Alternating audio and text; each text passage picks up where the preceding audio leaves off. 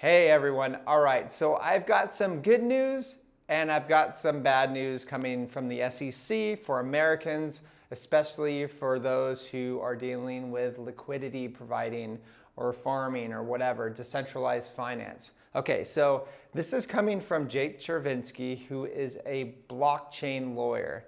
Okay, so there's couple things I'm going to read off. Okay, so the SEC just proposed a rule that would expand the definition of regulated dealers to include people who employ passive market making strategies that have the effect of providing liquidity to others.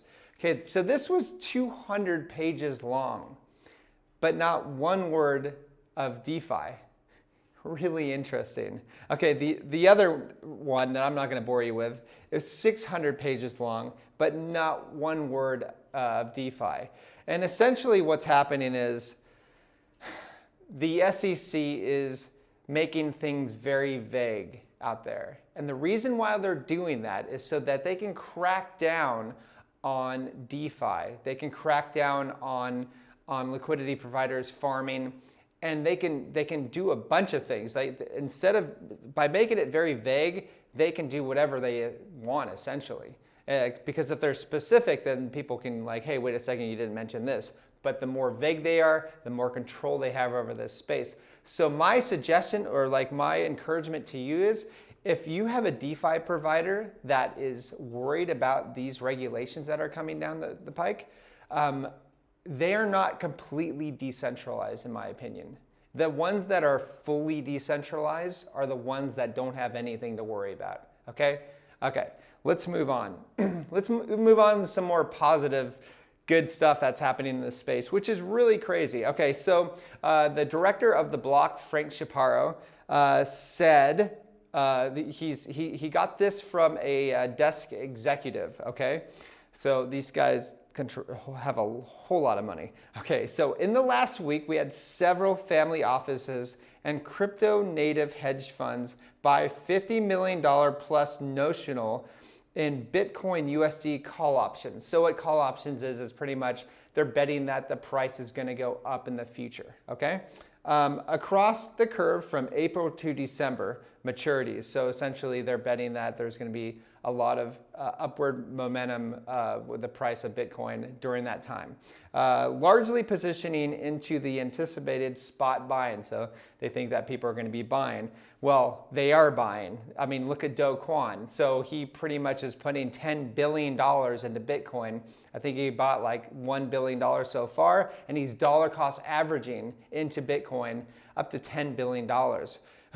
And then not only him, so many other people, but also MicroStrategies just the other day had closed a $205 million Bitcoin collateralized loan with Silvergate Bank to purchase Bitcoin. So he's borrowing against his Bitcoin to buy more Bitcoin.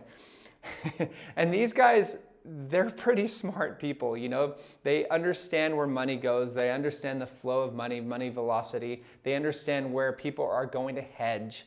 You know what I mean? He's called it. I mean, MicroStrategy, since he's been in this space, he's done very well, essentially, and especially for MicroStrategy itself. Yeah, he put his reserves into Bitcoin.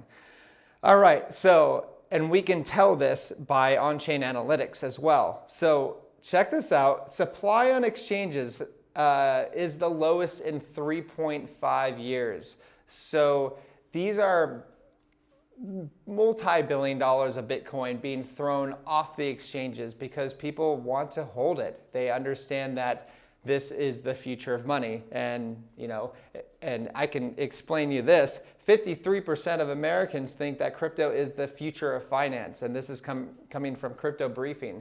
So yeah, a lot of stuff is happening right now. And the fact that I said 53% of Americans think that crypto is the future of finance, you know, the SEC, going back to that, they're playing with fire because, I mean, if that many Americans think that like crypto and want to invest in crypto and probably start businesses, they're not going to do it there if people if the US government doesn't like relax a little bit. And you know our stance on that, they're not going to relax. I see a mass exodus, people renouncing their US citizenships, people getting the heck out of there, starting businesses from overseas. I see that happening in mass. So anyways, that's all I have today. Please like and subscribe, and once again check us down below for our CT Club. I'll talk to you soon. Bye-bye.